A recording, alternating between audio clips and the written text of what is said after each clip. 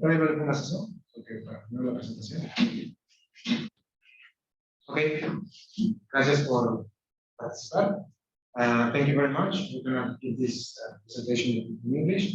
So, my friend Asheray, I met 4 years ago, and she's an amazing entrepreneur from Colorado, and also Boston. And yesterday we were talking about philosophy of entrepreneurship and different kind of intellectual topics. And I was amazed by the ideas that she was sharing. And also, I think that there's a lot of alignment between our visions for how to create companies and organizations, and what is really at the core of human collaboration, which is basically natural structures.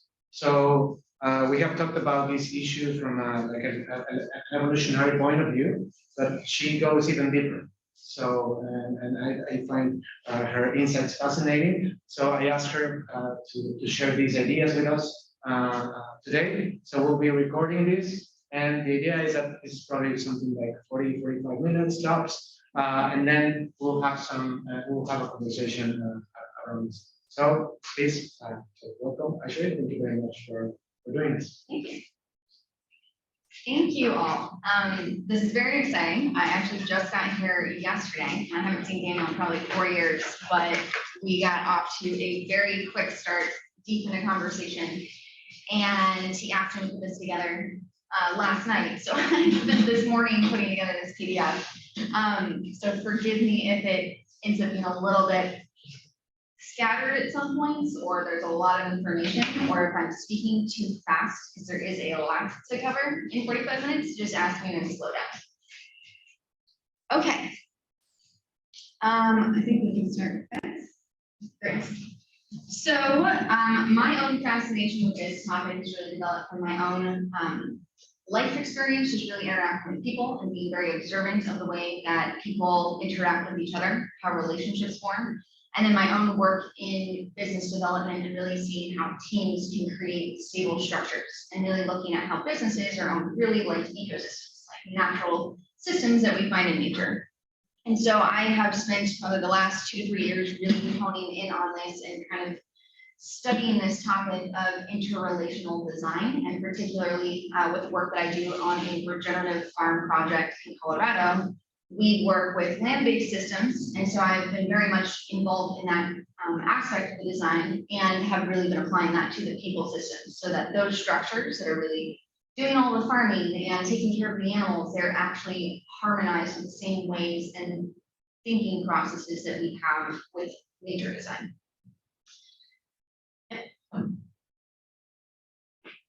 So this is a really quick overview of what I'm hoping to cover in 45 minutes. Really focusing on what attention is, and then kind of going down to a very micro level of detail on the individual level of what I call the geometries, and then eventually scaling up to collective coherence, so the geometries of teams. So over the last few years, I have really recognized that your attention is energy. If you've heard that phrase before, where attention goes, energy flows. It's really wherever you're putting your lens of focus is really where your energy is going. You're seeing that in people, we see that in the world around us. And so being able to actually hone your attention and kind of tame it, as if your attention was like a wild stallion and you had to calm and really be able to ride effectively instead of bucking you off or running wherever it wanted to go. And so I really looked at attention in terms of, if you were to focus it, super hyper focus is like a laser. You can do really micro detail level work, or it could be more a little bit broad, like a flashlight, or it could be like sunlight, where it's illuminating everything. It really depends on how tightly focused it is or how wide scope it is. And being able to change between those different dynamics is an incredibly useful skill. So I have, over time, really been thinking of this lens of attention kind of in terms of this algorithm. Really keeping it very simple and mathematical, because my brain is very, very logical and structured a lot of the times, and it likes to make sense of the world around me. And I have just used a system of essentially counting from 1 to 2 to 3 to 4, and it can go on for forever, but it really, I don't think we're at the level of complexity yet to be able to hold that much data. So I think 4 is usually where it caps out. The geometry of 1, as I like to call it, is essentially the lens of focus. You know, where are you putting your attention? And then you can start to ask yourself, what is the quality of that attention? Is it giving or is it taking? Where are you focusing it? Are you focusing on me? Now, I'm the speaker, I have the spotlight, I'm communicating something and you're actively listening and you're passively paying attention.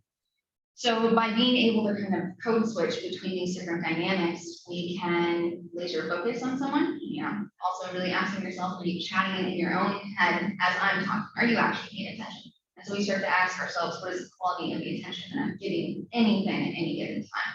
It's almost like mindful meditation without having to sit quiet and turn off all the voices. You're really actively just focusing that lens of attention. So that geometry of 1 can really be you, it can be me, it can be us collectively, it could be any dynamic we're looking at.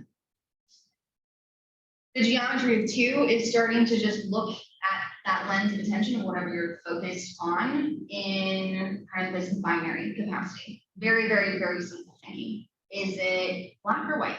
Is it yin or yang? Is it masculine, feminine, positive, negative? Anything that is a 1 or a 2. You know, we kind of do this with our software coding right now, where it's 0s and 1s. Essentially what we have created all of software based off of. And you can get a lot of data out of just 2 variables. And this really helps us just that next level of analysis without getting too complex in anything. If you're just looking through a lens of 1 and you start to analyze it, you know, what is the quality of my attention? Am I giving attention or am I taking attention? Is it passive or active? Is it good or bad? You put all of these different lenses on it. And then we start to see that, you know, not everything is black and white. There is definitely this gray. And once you start to really look at what the gray means, you start to see it can be all these different kinds of things. I really looked at that as like the neutrality. If you've got yin and yang, a positive and negative force, there needs to be something that's neutral. And this ultimately, I think, is like that first level of stability in any kind of ecosystem. If you're looking at 3 data points, 3 variables, you're looking to see where is that point where it doesn't collapse in one direction, it doesn't pull in one direction. You're trying to find ecosystem equilibrium. And if you're doing that very mindfully with all those small variables that you're working with, you can construct it in a way that actually finds balance. So a lot of what I really looked at, you know, my lens that I usually default to is because I'm dealing with people all the time. And I like to use the lens of pathos, logos, and ethos. Actually, go back one. Pathos being the feminine, it's everything to do with empathy, with love, emotions, you know, kindness, caring. And then the logos is logic, structure, truth, everything very masculine oriented. And then the ethos is whether something is fair, just, your moral compass, essentially. And you really do need to have all 3 of these things in balance, especially when you're making decisions, and particularly when you're making decisions that comes to people.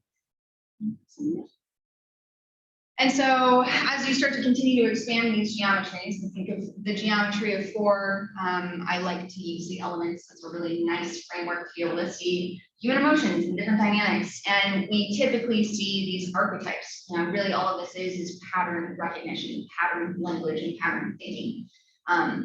Anything and everything, whether the language, the religion, the culture, wherever you're coming from, you can usually put things in these boxes.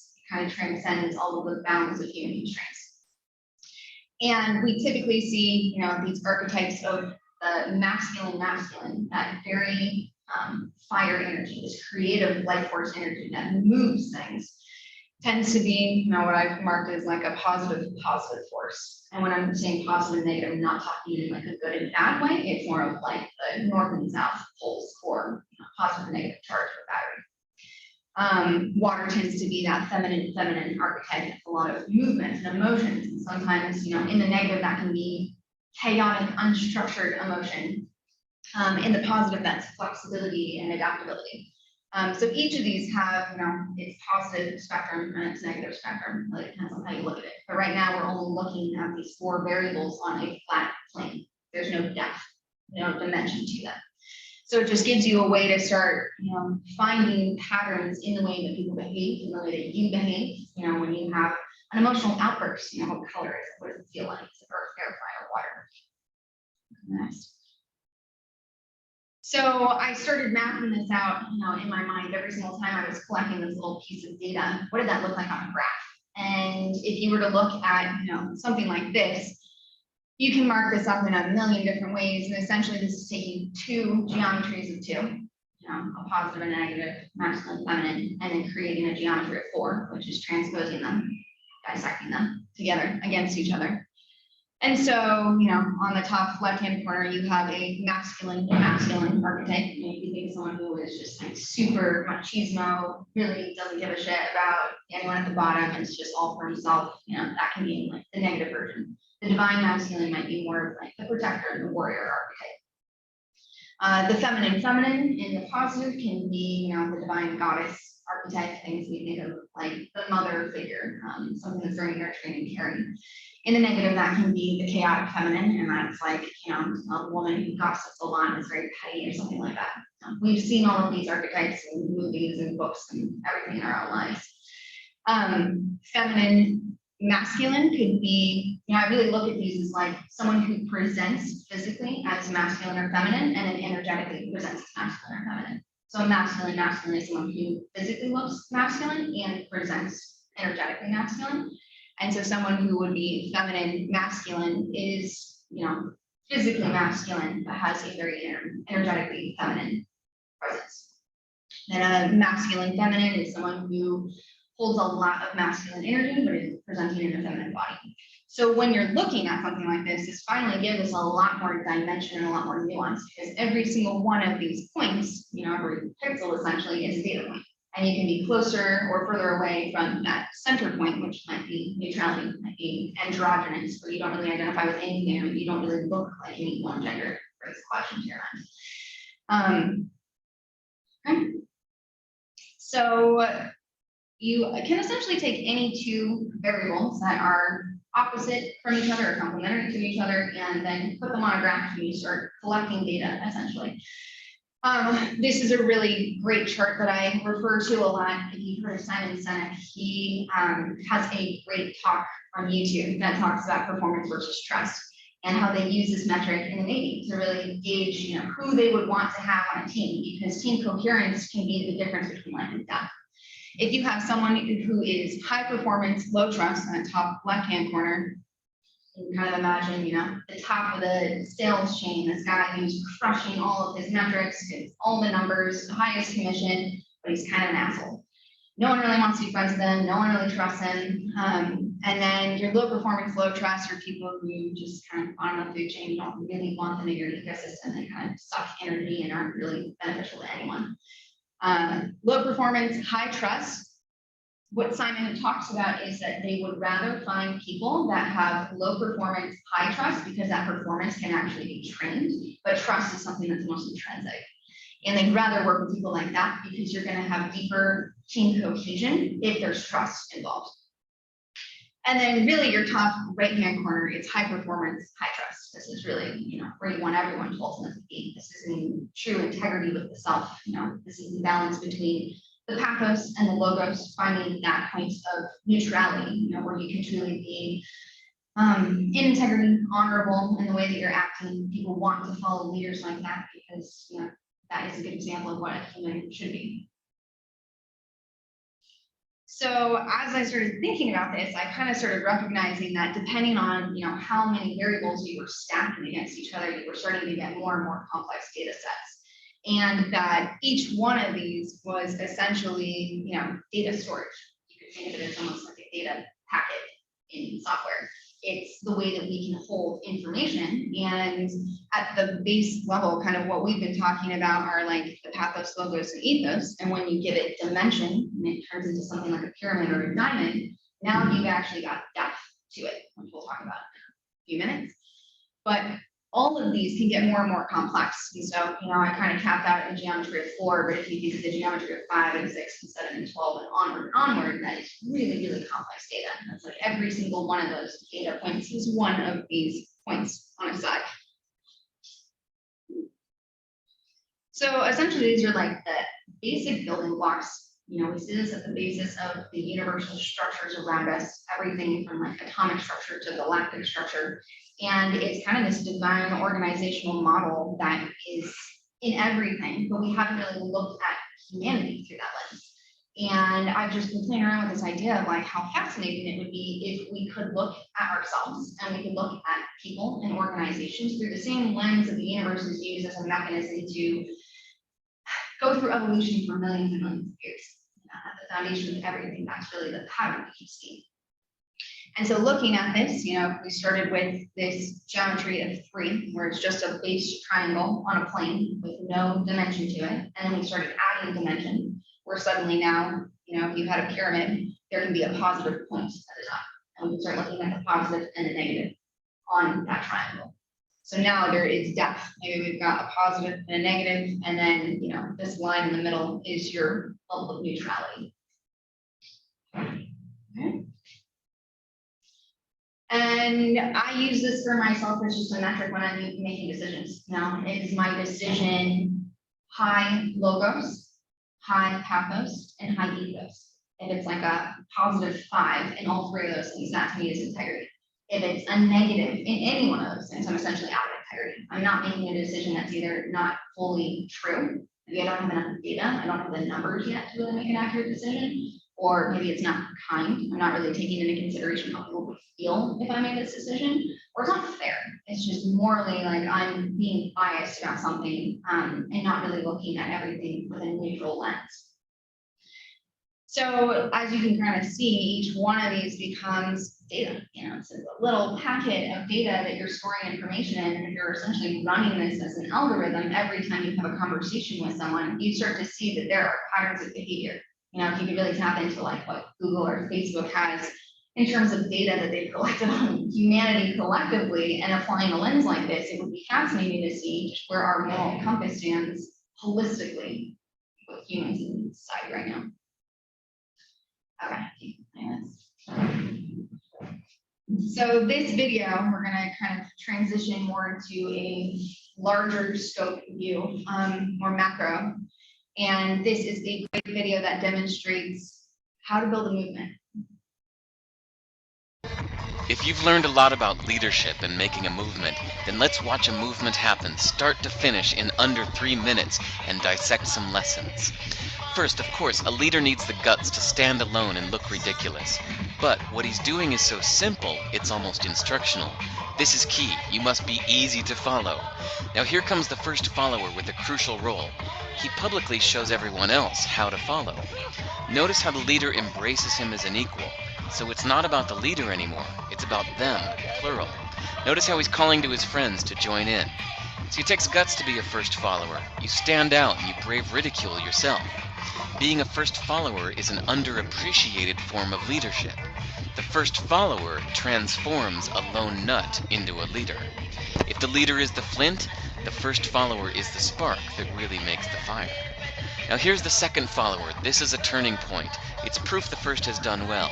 Now it's not a lone nut and it's not 2 nuts. 3 is a crowd and a crowd is news. A movement must be public. Make sure outsiders see more than just the leader. Everyone needs to see the followers because new followers emulate followers, not the leader. Now here come 2 more people, then 3 more immediately. Now we've got momentum. This is the tipping point and now we have a movement. As more people jump in, it's no longer risky. If they were on the fence before, there's no reason not to join in now. They won't stand out, they won't be ridiculed, and they will be part of the in crowd if they hurry. And over the next minute you'll see the rest who prefer to stay part of the crowd, because eventually they'd be ridiculed for not joining. And ladies and gentlemen, that is how a movement is made. So let's recap what we've learned. If you are a version of the shirtless dancing guy, all alone, remember the importance of nurturing your first few followers as equals, making everything clearly about the movement, not you. Be public, be easy to follow. But the biggest lesson here, did you catch it? Leadership is overglorified. Yes, it started with the shirtless guy, and he'll get all the credit, but you saw what really happened. It was the first follower that transformed a lone nut into a leader. There's no movement without the first follower. See, we're told that we all need to be leaders, but that would be really ineffective. The best way to make a movement, if you really care, is to courageously follow and show others how to follow. When you find a lone nut doing something great, have the guts to be the first person to stand up and join in.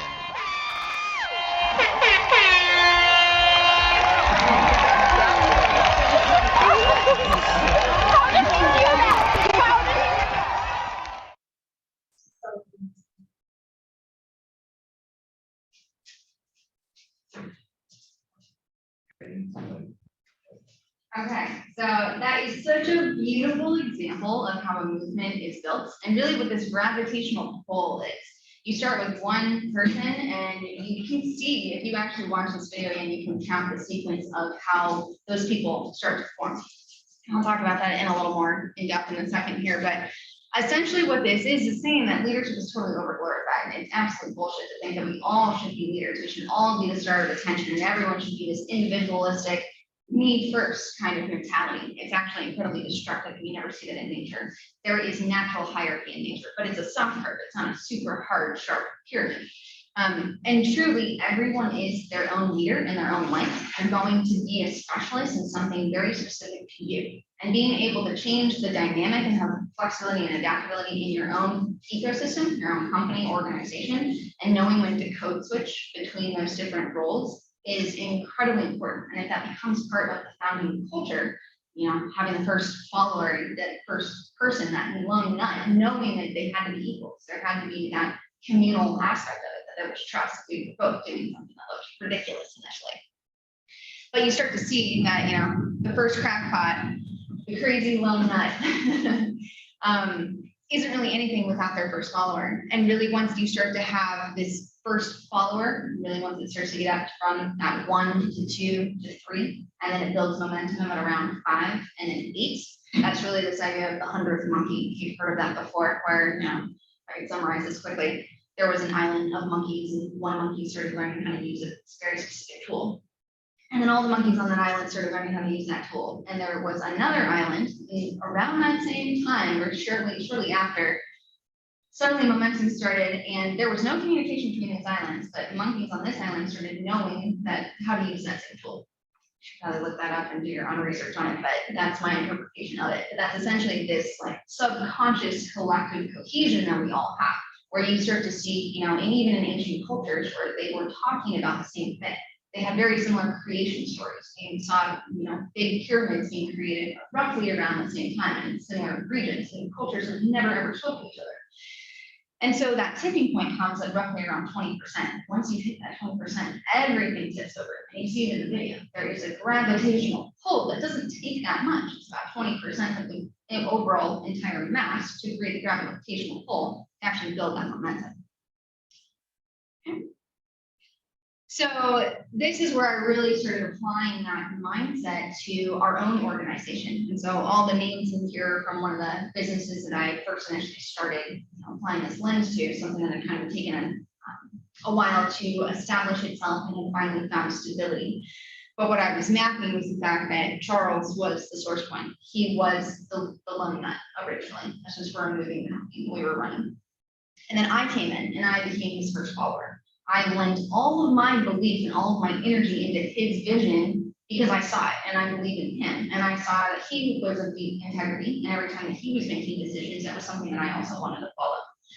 And then we had David come in and we first had that level of stability. And truly, Charles and I were about to rip each other's heads off. It was so hard for us to find that point of equilibrium because you're dealing with 2 variables. But when that third variable came in, we suddenly had a third to create stability. And it alleviated a lot of the pressure and the burden that we felt to be the leaders in every single component and domain of the organization.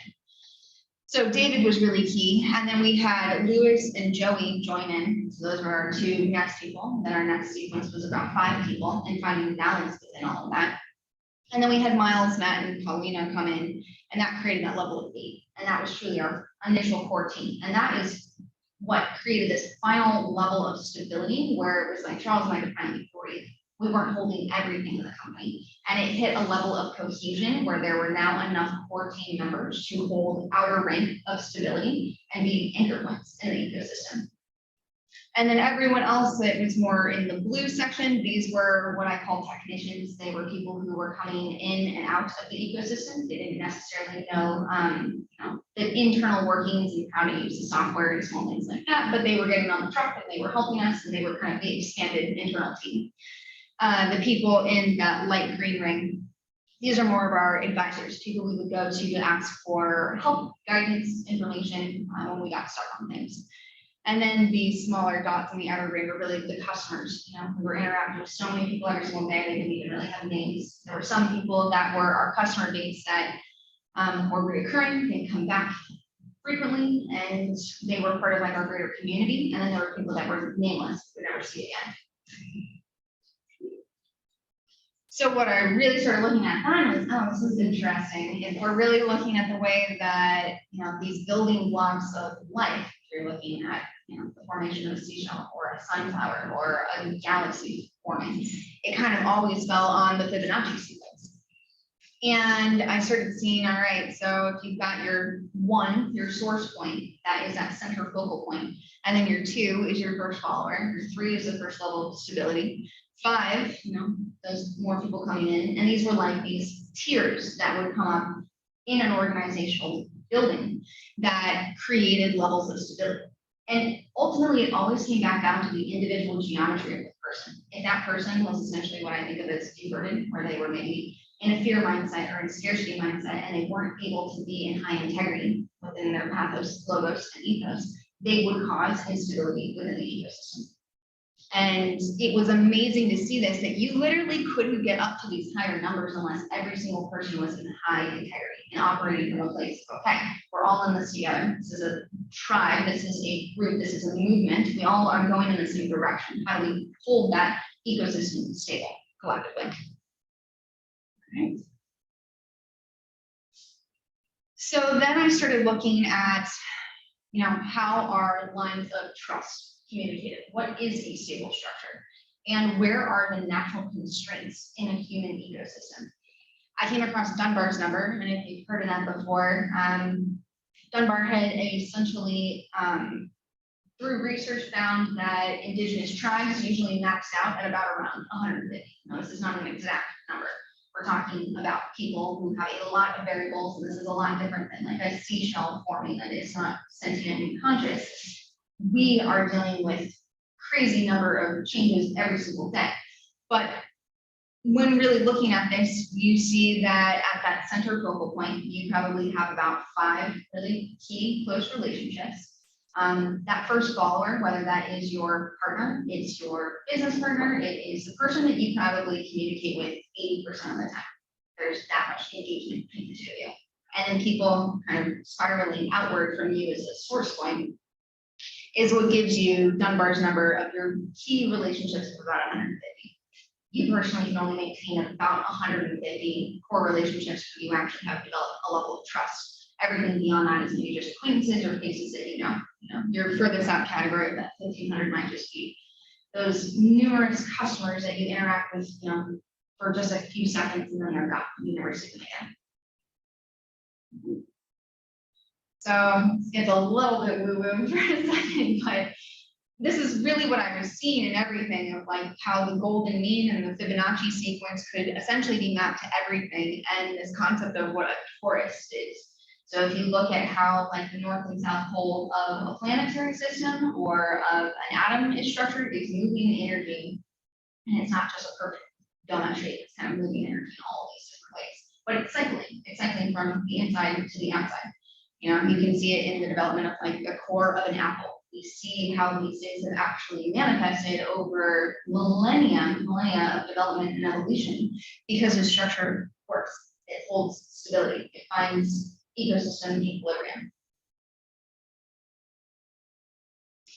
So I started designing just a chart that would help me organize my thoughts and people in an ecosystem. Kind of if you could shape this in the shape of a torus. Now I do not have the ability quite yet with technology to show that these images are all very much three-dimensional. I think we are unfortunately confined to the left to right, top to bottom methodologies of reading and data processing right now, because that's all we can do. But eventually, I do think that technology will be able to show dimensionality in all of these things. And we look at things, everything in nature is much more holistic. It's pulling a lot of data together. Nothing is going to be top down, left, right. So being able to change our own mental model of how we're looking at the world is such a useful tool, particularly when we're looking at people and an ecosystem. A business or an organization is absolutely an ecosystem with all these different variables, and there's data that's moving all of the time, and it's moving in different ways, and different people are taking leads on different things.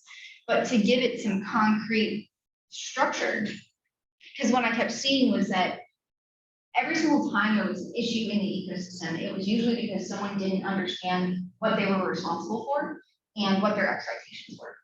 And to make it a lot simpler, mapping everyone as the people, but the data that you're looking at here is actually people-based instead of systems or processes-based. And that in this very center ring, this dark blue, that's essentially the purpose. What is everyone putting their energy in towards the center focal point? Then the pie slices turn into the domains, and this can be modified for any organization, depending on what you're focusing on. I kind of found that really it would be best to max out at about 8 pie slices, and that if you needed more depth, you actually would create a new chart that kind of gives you the layers, and instead of creating more pie slices. Then the responsibilitor, as I would call it, is kind of a play on just someone who's responsible and is kind of the entrepreneur, taking the lead in decision making. Ideally, those people are well equipped to be within that domain and leading that charge. If they're not, it's usually because it's an entrepreneur who is wearing too many hats and is trying to do all the things. And eventually when that first follower comes in, they probably start as a core team member. So maybe that teach ring. And learning enough until they can become a lead within a specific domain and start to alleviate the burden that that first alumni essentially is holding. And kind of mapping this on the Fibonacci sequence, depending on how many leads you have, you could really only maintain up to 150 relationships, both personally and professionally, and then 1,500 random customers and people you're sort of interacting with. And that can map out so you can have up to 8 individual leads in an ecosystem, and then anyone beneath that, we're still dealing with slight hierarchy. It's not a flat plane, but it's also not super full and stretched. But we can see that an ecosystem can self-calibrate once you understand the constraints that human geometry maxes out at, especially when you're looking at relationships. So this little spiral was essentially, if you pressed it and looked down on it, was this mapping of who is that person at the lead role, and then how does that curve outward. And if I could have put that more in the proportions of the people putting in the energy, that person in the center would probably be the biggest dot, and then it would get smaller and smaller based on how far they're out. So really looking at how do we actually create a pathway for people to be able to move through the world without feeling totally confused about what am I supposed to do, what's my purpose in life, and how do I find self-actualization. And I kept coming across a hierarchy of needs, and I think that there's a bunch of shit that's wrong with this, but at the base core foundation, you could still look at this as a toroidal hill. This is not just a straight up pyramid, it's something that also needs energy. At the base level, we need to take care of people. We need to get them up out of scarcity mode, out of survival mode. No one can think straight if they're fighting for their life. There's no way that they can be in high integrity if they are worried about putting food on the table or making sure that they've got housing and clothing and their kids are taken care of. So making it so that someone can actually get all those basic needs, they can feel safe, and then we can move into those higher tiers. And so I started mapping that on, how do you actually get people to kind of navigate their way into self-actualization? Really, what does self-actualization look like for us now? And a lot of people's responses was really freedom, and really how do you create that freedom, and the way that you can create freedom for yourself and for other people around you. How do you take care of people in your community within your 150 closest relationships, and that they can get out of scarcity? Can you give them a leg up when you have the ability to breathe and your own mask using the first, essentially? So looking at that was the way that I've seen it play out on the farm is that people would come in and they would volunteer. They would just show up and they would just say, you know, I really love this project, I really want to be involved. And I had a lot of people saying that initially. And it was almost like that first barrier to entry, saying, okay, are you actually serious? Do you really want to be part of this ecosystem? They show up and they volunteer, and usually, you know, 80% would just disappear after a week or two. But that 20% that remained were really, really dedicated. And then it was giving those people opportunity to have direct contribution, you know, essentially being an employee. That to me is more of like a technician level. You know, maybe you're jumping in on gigs here and there and you're a contractor. Indirect contribution is something that's more of intangible, where, you know, we can't really see. I think the moving company is a really nice example of this, because a technician is someone that just, they're labor. They're getting in the truck, they are moving boxes from A to B, and then they get paid. That's it. Someone who is indirect contribution is more of like the admin and the sales, and we can't really mark exactly what their value is, because sometimes it can be a further out distance, but that value is much more closer to the center point. Advisory or ownership was really someone who was now taking on that next level of responsibility. They were making decisions, they were making a lead, they knew where they were going, and they felt comfortable executing on that. And then the investor, kind of the creator level, is someone who ultimately actually ends up back at that bottom, because they've created enough abundance in their own ecosystem that they can donate their time. Charles, that person who was running the moving company, is a great example of this. That because I was his first follower in Small Hall, and we got that moving company up to a point where it had its own ecosystem equilibrium, he was able to donate his time on the project that I was then working on the farm. So that ability to create abundance was so incredible, and how it demonstrated how regenerative systems can actually function if people pull themselves out of scarcity, and how we can all collectively do that together. And so in this focus, it was really about making sure that each person could be in their optimal position, that we didn't want to just fill a slot because, let's say, we needed a new head of sales. We didn't want to just hire someone who had sales experience. We wanted to hire someone who fucking loved selling shit. They loved talking to people, and they loved engaging with people and educating people, or whatever that looked like for them. And so I had a slew of tests that I would give people. And I think that, you know, assessment tests have pros and cons. I think they're a snapshot of who you are at any given point in time. But they should often be revisited, and they should never be completely leaned on and an identity made out of, because we're constantly changing. But it gives us a data set of structure to be able to see, okay, what is essentially your geometry, and we can give it just a baseline. And, you know, I'll use this archetype as an example. I really love this test because it gives you two data points essentially at the very end. You know, what you're really good at, just kind of the 80% that you want to put your energy into, and then the 20% being what you're naturally skilled at. So an example of this, mine was being an advisor, essentialist. An advisor is really driven to guide people to learn and understand what their needs are. And an essentialist is really good at organizing. So that might be organizing information, creating systems and processes. And for me, that was my feedback loop, was taking my ability to organizing people, and using that as a way to advise and guide them. And that informs what kinds of structures we need. So that created that loop. So there was many, many different ways that you can go about this, but essentially finding that ikigai for each person meant that they would really feel fulfilled. They would want to hold themselves to a higher standard because they really, really cared about that topic. It was something that they felt passionate about, they were naturally gifted at, and that your role as a leader, or that initial source point, or the manager, is to facilitate. It's not to control people or dominate anyone. It's to really guide people in understanding what their highest potential is and helping them get there. Okay, that was our. Wow. So we did Exactly on time. Así es, quítale la.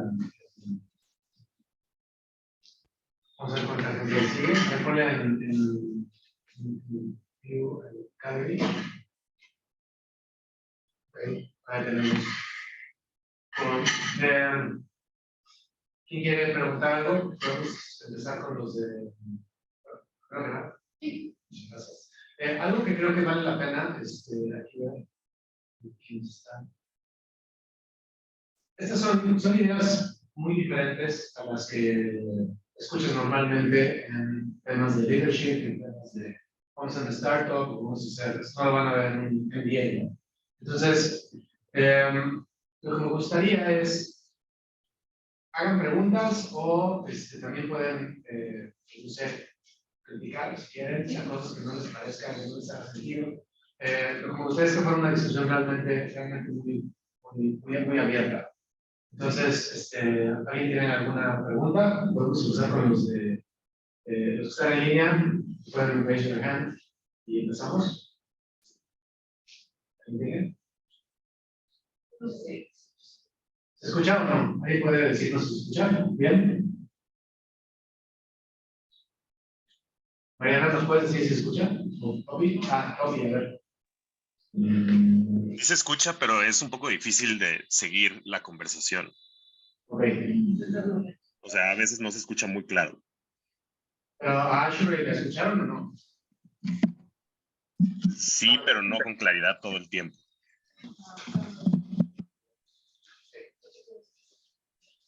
No, está bien. Bueno, entonces, ¿pudieron escuchar como lo suficiente para hacer una pregunta? O bueno, comenzamos por acá y luego vemos qué hacemos con el contenido. Tuli, tú que sí estabas aquí.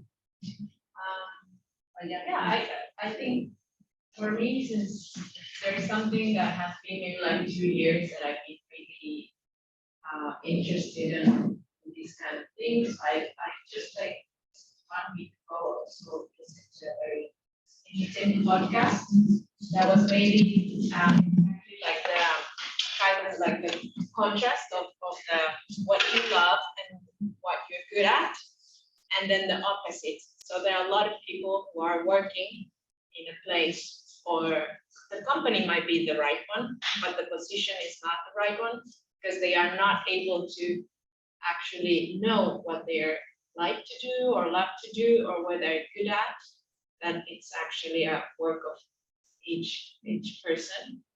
It was very interesting to kind of connect that, but it's, you know, being in my head for these weeks. So I don't know. I don't have questions. I think it was something that was very like just putting something new and something for me, because yeah, I think it was very interesting and made a lot of different gaps, even fulfilled the gaps that I had.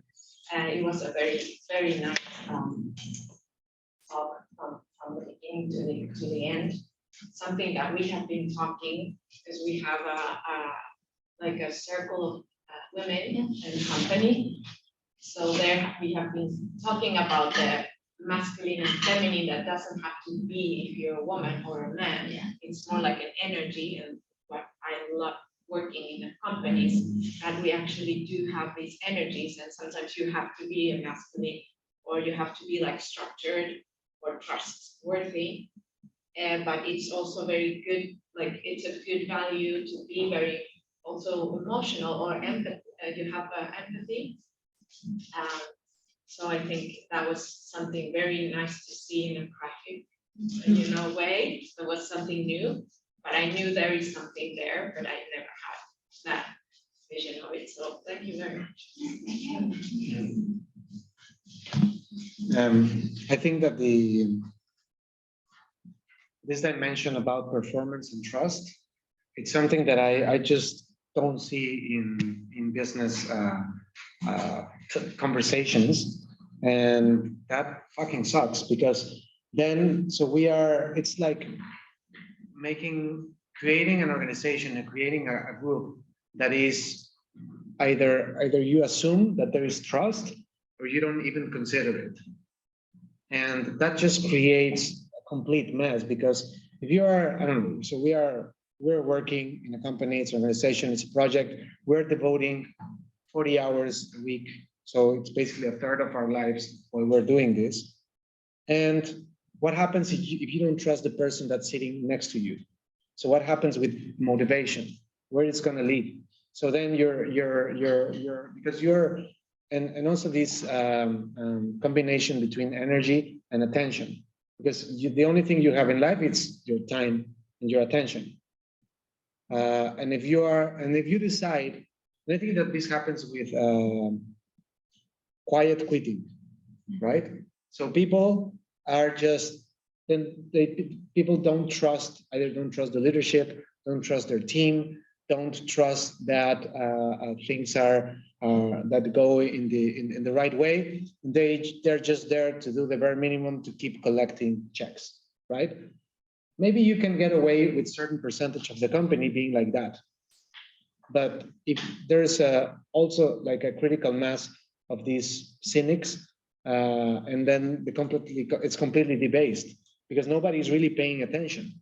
So nobody's really asking if this is the right decision. So I think that for me that's pretty significant, and also this map for making decisions, because we are used to thinking that we should optimize. So our decisions should be optimal, should be finding the maximum income, maximum savings, right? So the infimum, but you're not thinking about how is this related to the long term, and also creating a relationship, no? So in terms of, I don't know, justo, inteligente, y necesario, that it's kind of like the same between, I don't know, logos, inteligente, justo, the morality, ethos, and necesario, no?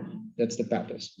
So, and if you hit those three bottoms, then that creates integrity. So I don't know. I think these are useful. So this is not really a science. It's really concepts. It's trying to compress data that you cannot really have enough hypothesis. You cannot falsify these things. It's not really a subject of science, but it gives you tools in this concept. And if you think that, I don't know, like for instance, if you think that this is useless, it will be useless. If you find it useful for some of your in some context, then it will be useful. So in Feng Shui, they talk about the energy. So if you're making a decision, there was this little trick that your body knows the energy of it. So you could say, if I want a wooden wall, and kind of like the resistance your body makes to it could tell if that's actually what you're just like proposing, if it's a good, in a long run, if it's gonna make you happy or beneficial. And I kind of like, I was like, really? And I tried some things, and supposedly if I say my name and I say Tuli, it's very strong. But if I say Victoria, it's not that easy to put the pressure. So I was like, okay, everything's about energy. I like this example because this is, for me, this is, I'm not willing to go that far away. For me, that's more woo-woo than I find it useful. Because all these other things, if you think about feminine and masculine, I think this is something that I can relate in my own life. But if you think about, oh, then you do this kind of blah, blah, blah, for me, that's and everybody, I think, has a different sensibility to these kinds of subjects. And I don't think that there is a right border, like a scientific border for this. But for me, that is for sure way too much. We will test. Sven, algo que quieras. I did love this talk. So here in Porto, every week I have people come give a little skill share that they think people should have. Last week I had someone give an embodiment practice, indeed, where you are your own pendulum and you are your own source of truth. Your body knows. Just give it a try. The week before, I had spiral dynamics and what you were getting at with Maslow's hierarchy, and then also with finding your own purpose and finding community purpose. And spiral dynamics is a great scientific philosophy that shows how historically we grow from individual needs to community needs to, again, individual needs to at some point reach the level of enlightenment. Anyway, so seeing all of that combined into how does that come into a team? How does it come into leadership? And regenerative is just what I'm in love with right now. So also coming from that background, yeah, it's really, really well done. A ver, si ya no quieren, si no tienen dudas o todos los que están en línea, si se quieren ir, Topit, si tú quieres preguntar algo. Well, I would like to mention something that I like this relationship between energy and attention. I think it's yeah, I totally agree with it, but I would like to yeah, it's just like a thing that I notice constantly with this kind of thing. Like the problem with energy and attention is that sometimes the idea of time being strongly embedded to energy is forgotten. So for somebody to pour its energy and therefore attention to something, it needs time, because otherwise it doesn't exist, right? So the less time you have to build up your attention towards creativity or towards leadership or whatever, the less effective this is going to be. And because it compresses the wave thinking about energy. And there's like then it becomes like it kind of disperses or it doesn't build up. So I think that's something that is very important to take into consideration with this relationship between energy and attention. Because if you put it like, for instance, into a meditation, let's say, you just don't meditate right away. You need to build up this state of mind, and then you reach a peak, and then you get out of it. And it also happens like we've been doing these drink and draw sessions there in Pauline, and I realized that for people to start like actually drawing something cool, they have to warm up a little bit.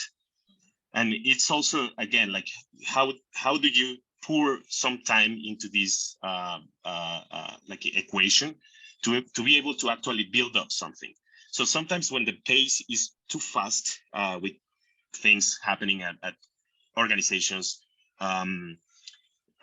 this idea of needing time to build up things is lost. So it might seem obvious, but I think it's very important to take into consideration.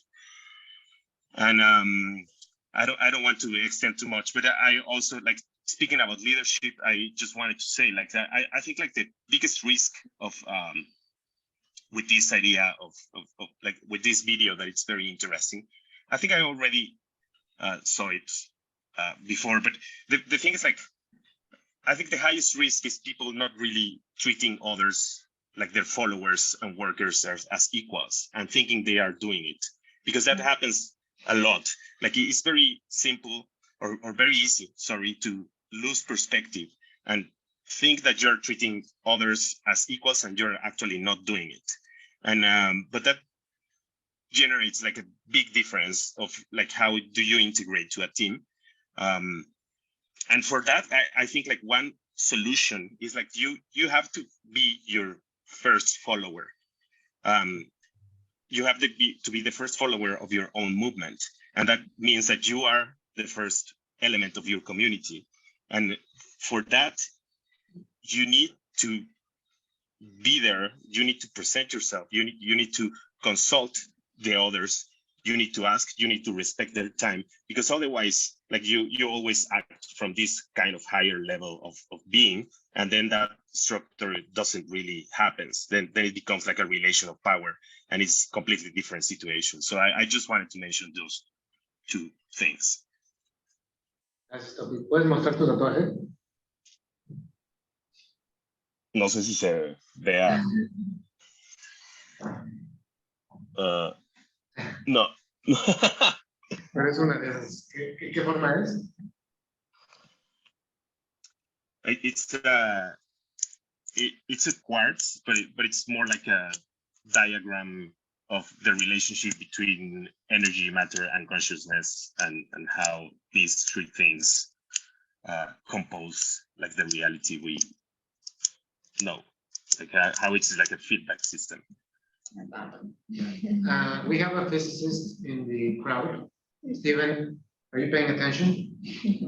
Or you just playing Minecraft? Stephen, no, sí, Minecraft, totalmente.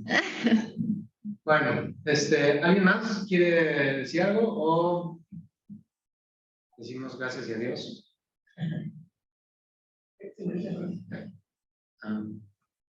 Gracias, Gaby. Excelente, excelente. Ok, bueno, muchas gracias. Thank you.